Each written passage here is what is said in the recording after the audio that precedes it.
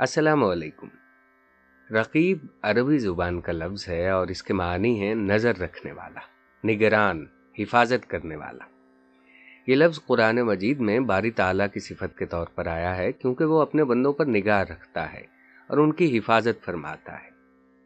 रकीब होने की हालत या कैफियत को रिकाबत कहा जाता है। मुराकबा का लफ्ज़ भी इसी मादे से है।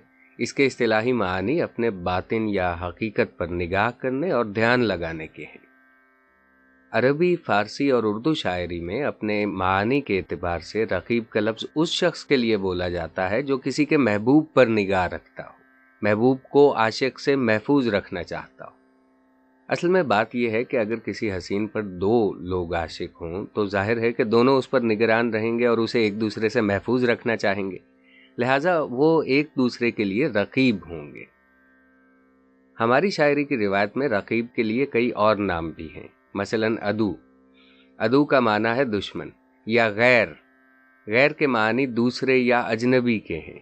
गोया आशिक और माशूक एक हैं और रकीब उनके दरमियान दूसरा है, या ये आशना है और वो अजनबी है।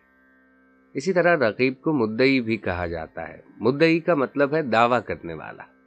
चूंकि रकीब भी आशिक की तरह महबूब पर दावा रखता है, इसलिए मुद्दई कहलाता है। इसके अलावा रकीब को हरीफ भी कहते हैं। यह लफ्ज़ इस लिहाज से बड़ा दिलचस्प है कि इसके मानी दोस्त के भी हैं और दुश्मन के भी। हिरफत दरअसल पेशे को कहा जाता है और हरीफ उसे कहते हैं जो आपका हम पेशा हो।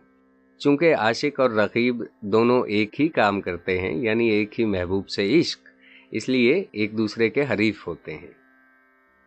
उर्दू शायरों का रकीब से जो ताल्लुक़ रहा है उसके तकरीबन तमाम पहलुओं को आगा अकबर आबादी ने एक बड़े बलीग शेर में बयान कर दिया है। रकीब कत्ल हुआ उसकी तेगे अबरू से, हराम ज़्यादा था अच्छा हुआ हलाल हुआ।